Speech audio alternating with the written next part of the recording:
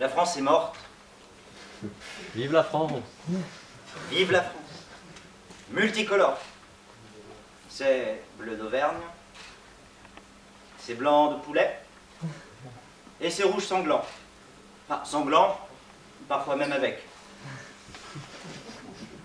C'est banderole, et c'est drapeau bariolé. C'est défilé printemps-automne à la mode de chez nous, entre nation et république. À force de répétition, on trouvera bien un juste milieu. Bastille, sans doute. Ils sont pas mignons, ces prolétaires, enchaînés aux nuits blanches des 3-8 pour mettre un peu de beurre dans leurs épinards tout en travaillant en noir? Parce que c'est ça aussi, la France black blanc beurre, et son tissu social qui s'effiloche parti rejoindre Gavroche dans le caniveau des belles lettres de Rousseau. On peut toujours se demander si c'était la faute à Voltaire. Ou celle de ceux qui ne savent que se taire, et se terrer dans le silence de l'indifférence. Enfin, passons. Vive la France et ses feux d'artifice qui masquent la misère et la détresse de son peuple. Au régime, les indigents. Les régiments descendront en héros, quelques litrons. Puis les Champs-Élysées. Les professionnels de la mort qui roulent des mécaniques. Des chèvres par légion et un joueur de poker menteur venu pour ses gains, évidemment. Alors imaginez-vous quand même que chaque année, 2 semaines sont nécessaires pour mettre en place ces festivités annuelles d'une quelconque marche militaire qui ne restera pourtant pas dans les annales. Faut croire que ça ne tourne pas rond chez ces écervelés qui préfèrent parader en grande pompe funèbre sous un soleil de plomb plutôt que déguster un cocktail saucisse merguez au frais de la princesse.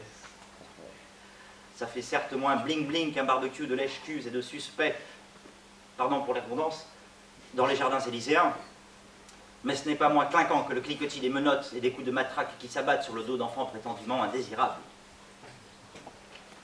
Bienvenue en France, nous accueillent ces bourgeois boursicoteurs, aujourd'hui SDF. Entendez, sans domestique fixe.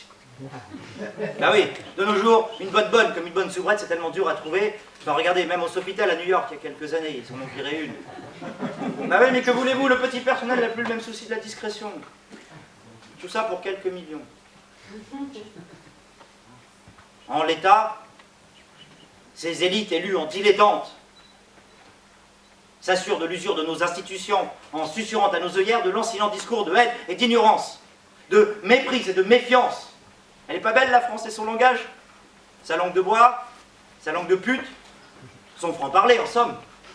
La France et son savoir, son intelligence et sa culture, dont on se félicite. Il paraît qu'elle est exceptionnelle. On fait de l'art en France.